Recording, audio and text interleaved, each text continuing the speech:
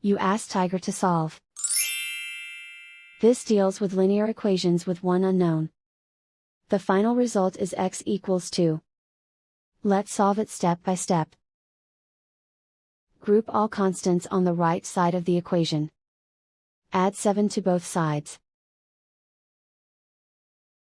Simplify the arithmetic.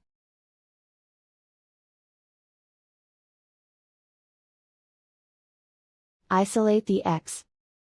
Divide both sides by 14. Simplify the fraction. Find the greatest common factor of the numerator and denominator. Factor out and cancel the greatest common factor. And so the final result is x equals 2.